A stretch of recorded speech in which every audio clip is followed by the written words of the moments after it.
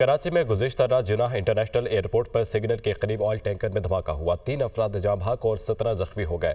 कुछ गाड़ियों को भी नुकसान पहुंचा है। इस बारे में तफसीलात बताएंगे अजहर जैदी हमारे साथ मौजूद हैं। जी अजहर।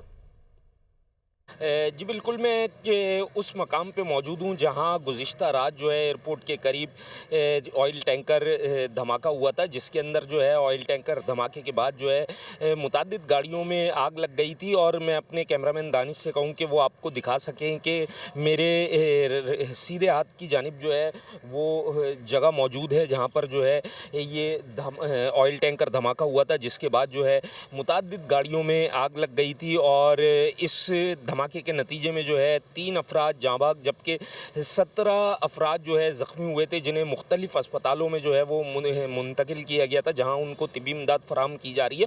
और इस वक्त भी यहाँ पर जो है मैं आपको बताता चलूँ कि चारों तरफ से जो है पुलिस और रेंजर्स की भारी नफरी यहाँ पर मौजूद है और इलाके को चारों तरफ से जो है वो कॉर्डन ऑफ किया गया है। किसी भी इस शख्स को जो है आगे जाने की इजाज़त नहीं दी जा रही। और इस वक्त भी जो मुख्तलिफ तहकीकाती टीम है वो यहाँ पर आ रही हैं और शवाहिद इकट्ठे किए जा रहे हैं। जी।